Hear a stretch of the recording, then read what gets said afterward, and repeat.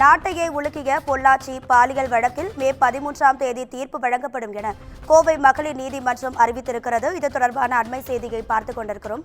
இது குறித்தான கூடுதல் தகவல்களை நமது செய்தியாளர் ஞானசேகரன் வழங்க கேட்கலாம். ஞானசேகரன், வணக்கம். உங்க விரிவான தகவல்களை சொல்லுங்க. வணக்கம் ராதிகா.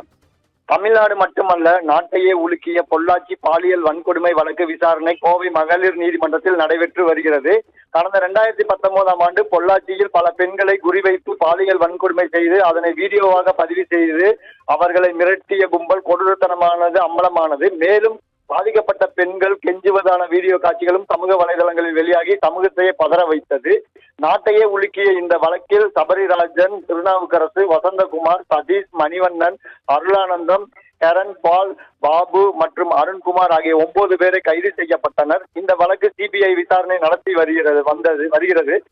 9 பேர் கைது செய்யப்பட்ட நிலையில் இந்த வழக்கு விசாரணை கோவை மகளிர் நீதிமன்றத்தில் சிறப்பு வழக்காக நடத்தப்பட்டு வருகிறது.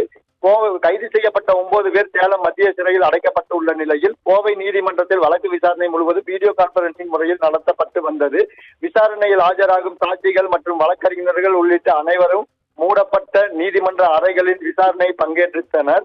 இந்த நிலையில் இந்த வழக்கு அரசு தரப்பு சாட்சி விசாரணை முடிந்த நிலையில் இது தொடர்பான குற்றம் சாட்டப்பட்டவர்களின் கேள்வி கேட்பதற்காக 9 பேரும் மகளிர் நீதிமன்றத்தில் கடந்த ஏப்ரல் 5ஆம் தேதி ஆஜர்படுத்தப்பட்டனர். வழக்கில் அரசு தரப்பு சாட்சியங்கள் முடிவடைந்த நிலையில் குற்றம் சாட்டப்பட்டுள்ளவர்களிடம் விசாரணை நடத்தப்பட்டது. இதில் குற்றம் சாட்டப்பட்ட ஒவ்வொரு நபரிடமும் சுமார் 50 கேள்விகள் வரை கேட்கப்பட்டதாக கூறப்படுகிறது. சாட்சி விசாரணைகள் முடிவடைந்த நிலையில் விரைவில் இந்த வழக்கு தீர்ப்பு வெளியாகும் என எதிர்பார்க்கப்பட்ட நிலையில் வருகிற மே 13ஆம் தேதி தீர்ப்பு வெளியாகும் என கோவை மகளிர் நீதிமன்றம் அறிவித்துள்ளது குறிப்பிடத்தக்கது. ராதிகா, உங்க தகவல்களுக்கு நன்றி ஞானசேகரன்.